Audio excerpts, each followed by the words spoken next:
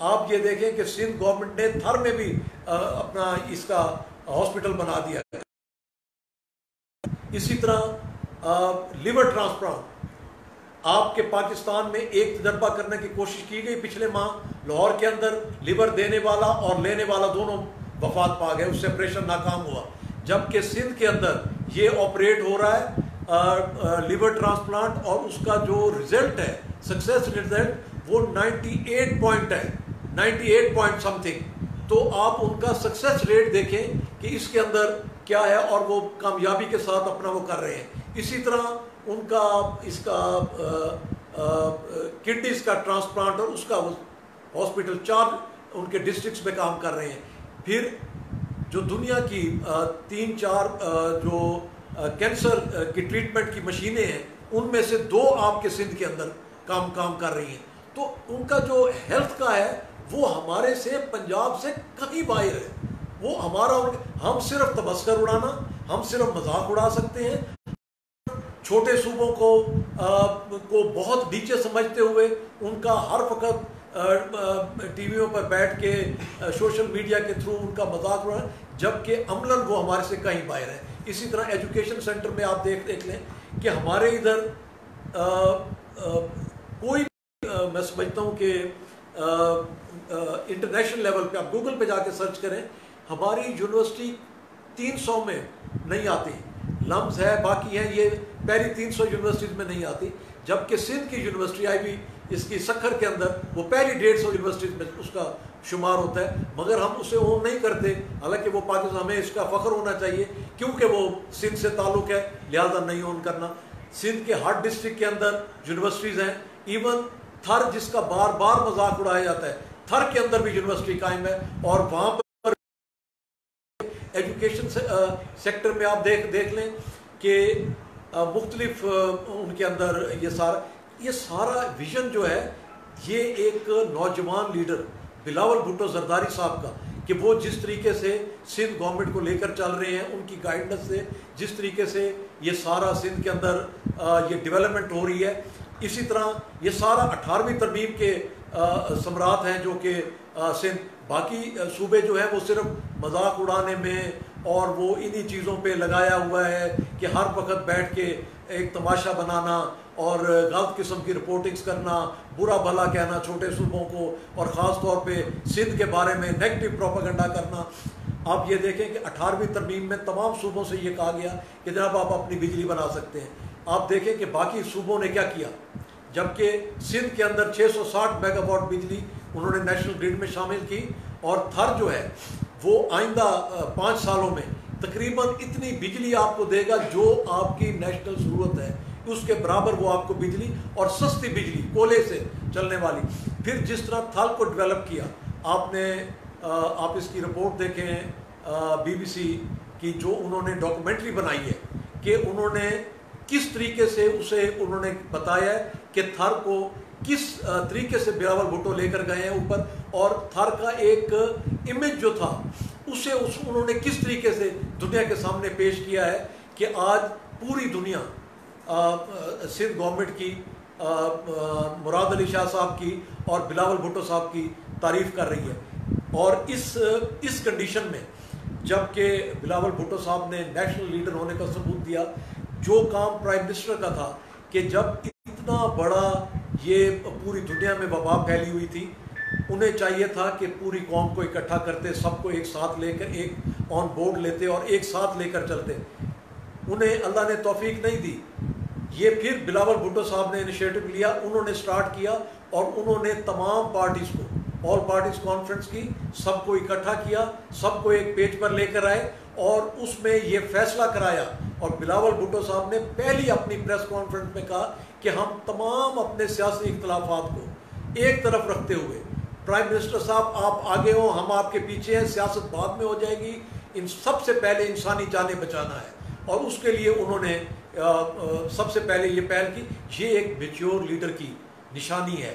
انہوں نے اس عمر میں بھی اپنی میچورٹی شو کی, اور انہوں نے شو کیا کہ ان کا تعلق کس ٹریننگ محترمہ بے نظیر بھٹو شہید کی گود سے ہوئی ہے. تو انہوں نے وہ اپنا کیلیبر دکھایا. انہوں نے اور جبکہ آن دا ادر ہینڈ آپ دیکھ لیں کہ منسٹرز جس طریقے سے جو زبان استعمال کر رہے ہیں، یہ ایک سمجھ سے باہر ہے، ایک مسخروں کی ٹیم، ایک کارٹون نیٹ ورک ہے جو یہاں پہ یہ چلایا جا رہا ہے. کوئی کس قسم کی باتیں کر رہا ہے، کوئی پھر انہیں بھیج دیا جاتا ہے کہ جناب آپ اندرون سندھ جائیں، ہم نے یہ پیسے جا کے آپ لوگوں سے انٹرویو. تو وہاں پہ گورنر صاحب علیحدہ شرمندہ ہوتے ہیں جب وہ لوگوں سے، عورتوں سے وہاں پر خواتین سے پوچھتے ہیں کہ جناب یہ پیسہ عمران خان، انہوں نے کہا جی نہیں یہ محترمہ کا کارڈ کا پیسہ ہے اور محترمہ کے اس میں سے. پھر منسٹر چلے جاتے ہیں، علی زیدی صاحب وہ جاتے ہیں، فیصل واڈا، ہر جگہ انسلٹ ہوتی ہے ان کی، مگر یہ لوگ بد مزہ نہیں ہوتے. پھر انفارمیشن منسٹرز وہاں کے ایم پی ایس کو بٹھا کے ساتھ پریس کانفرنس کرتی ہیں کہ جناب 29 ارب پاکستانیوں کو، تو خوف خدا بھی نہیں ہے انہیں جب اس قسم کی باتیں کرتے ہیں. 6-7 ارب پوری دنیا کی آبادی اور انہوں نے 29 ارب صرف پاکستان کی آبادی وہ کر دی. کوئی عجیب کارٹون قسم کے یہ سارا انہوں نے وہاں بٹھایا ہوا ہے. پھر کابینہ کے اجلاسوں میں جو میڈیا کے تھرو آ رہا ہے کہ وہاں پر 4 گھنٹے کا اجلاس اور کسی چیز پہ ڈسکشن نہیں، صرف یہ کہ بلاول بھٹو زرداری کو ہٹ کرو، مراد علی شاہ کو ہٹ کرو اور سندھ گورنمنٹ کو، کیونکہ ان کے پاس اپنا بتانے کا کچھ نہیں. یہ نہیں بتا سکتے کہ ان کی اپنی کارکردگی کیا ہے، انہوں نے کیا کیا ہے. اور جس طریقے سے ڈیلی انہوں نے تقریباً لوگوں کو اس بات پہ اکسانے کی کوشش کی کہ لاک ڈاؤن ٹھیک نہیں ہے، غریب یہ ہو جائیں گے، فلانا یہ ہو جائے گا، اکانومی کا یہ مسئلہ ہو جائے گا، فلاں ہو جائے گا. تو بلاول بھٹو صاحب نے بڑی میچورٹی کا ثبوت دیا. انہوں نے کہا کہ جناب یہ ریاست کا کام ہے، یہ آپ آگے ہوں، صوبائی گورنمنٹ سارے مل کے آگے چلیں تاکہ لوگوں کا ایک ڈیٹا اکٹھا کر کے ان تک راشن پہنچائیں، ان تک ضروریات پہنچائیں. اگر لوگ زندہ رہیں گے تو آگے چل کے یہ پاکستان رہے گا. اگر لوگ ہی نہ رہے تو پھر کس طریقے سے ہم یہ سارا کچھ مینیج کریں گے. تو خدا کے لیے پہلے لوگوں کی زندگیاں بچانا، ان کے لیے کچھ عملی اقدامات کریں اور آپ آگے ہو، ہم آپ کے پیچھے. بار بار صرف چیف منسٹر ہاتھ باندھ کے ان سے ریکویسٹ کر رہے ہیں، مگر انہوں نے عجیب ہی کام کیا کہ 70% ملک کل کھولنے کا اعلان کر دیا.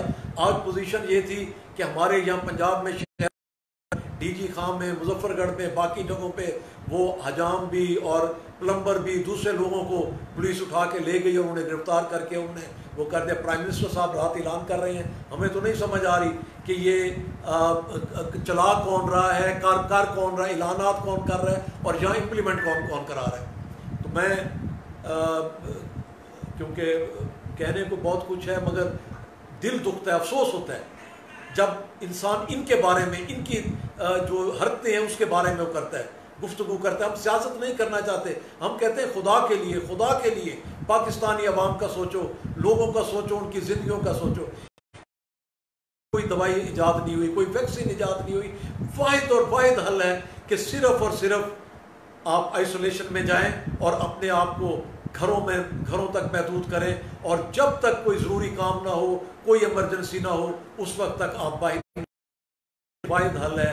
ترقی یافتہ ممالک بھی یہی فارمولہ اختیار کر رہے ہیں. ہماری ریکویسٹ ہے پرائم منسٹر صاحب سے کہ خدا کے لیے تعصب کی چھوٹی ذہنیت کی سیاست سے باہر نکلیں. کابینہ کی میٹنگز میں بیٹھ کر وکلا کو دینا کہ جناب پڑھ جائیں آپ سندھ گورنمنٹ کو، پڑھ جائیں آپ بلاول بھٹو کو، پڑھ جائیں آپ مراد علی شاہ کو، اور پھر ان سے اونٹ پٹانگ باتیں کروانا اور وہ ساری گفتگو کرانا جس سے آپ کا بھی تبصرہ اڑ رہا ہے، آپ کے بارے میں بھی لوگوں کو ایک نیگیٹو پکچر جا رہی ہے. میں پھر ریکویسٹ کروں گا کہ خدا کے لیے پاکستانی بن کے اور صرف پاکستانی بن کے تمام پولیٹکس سے بالا تر ہو کر آپ ملک کے بارے میں سوچیں. سیاست ہوتی رہے گی، یہ سب کچھ ہوتا رہے گا. میں آخر میں اپنے ڈاکٹرز کو، پیرا میڈیکل سٹاف کو سلام پیش کرتا ہوں. عثمانی کے عالم میں مجھے خود ایک ترکی ہاسپٹل جو کہ ہمارا ساؤتھ پنجاب کا، جہاں پہ چاروں طرف سے جب پازیٹیو وہ ہوتا ہے رزلٹ آتا ہے تو انہیں یہاں پہ شفٹ کیا جاتا ہے. گیا ہوں جو میں نے ڈاکٹرز کی حالت دیکھی ہے. اگر خدا نہ خواستہ یہ ڈاکٹرز بھی مایوس ہو گئے، انہیں ان کا کٹس نہ فراہم کی گئی علاج کے لیے، انہیں وہ سوٹ نہ فراہم کیے گئے جو کہ اب تک انہیں نہیں دیے گئے. پیپلز پارٹی کے ہم ایم این ایز وہاں پر گئے، ہم نے جا کر جو ہمارے سے ہو سکتا تھا ہم نے انہیں N95 ماسک بھی دیے اور ساتھ انہیں PPE سوٹ بھی دیے. سارا کچھ ہمارے سے پہلے وہاں پر کوئی نہیں گیا، کسی نے یہ زحمت گوارا نہیں کی کہ وہ انہیں جا کے، وہ ڈاکٹرز مایوس تھے، ان کی حوصلہ افزائی ہم نے جا کے کی، ان کے جو پیچھے لوائقین ہیں وہ انہیں دباؤ دے رہے ہیں کہ جناب آپ چھوڑ دیں نوکری. اگر خدا نہ خواستہ ڈاکٹرز مایوس ہو کے گھروں میں بیٹھ گئے تو علاج کون کرے گا؟ لوگ اب ہم سلوٹ پیش کرتے ہیں ڈاکٹرز کو کہ وہ بے سروسمانی کے عالم میں وہ یہ جنگ لڑ رہے ہیں آپ کے لیے، ہمارے لیے. میں سلام پیش کرتا ہوں اپنی پولیس کو، ہم سلام پیش کرتے ہیں اپنی مسلح افواج کو کہ جس طریقے سے وہ میدان میں آ کر آپ کی اور ہماری سیفٹی کے لیے اپنا دن رات ایک کیے ہوئے ہیں. ہم دعا گو ہیں کہ اللہ تعالیٰ ہمارے ڈاکٹرز کو، پیرا میڈیکل سٹاف کو، پولیس کو، ہماری آرمی کو اپنے حفظ و امان میں رکھے. دعا کیجیے گا اللہ آپ کا اور ہمارا حامی و ناصر ہو اور سب کو اپنی حفاظت میں رکھے. آمین ثم آمین.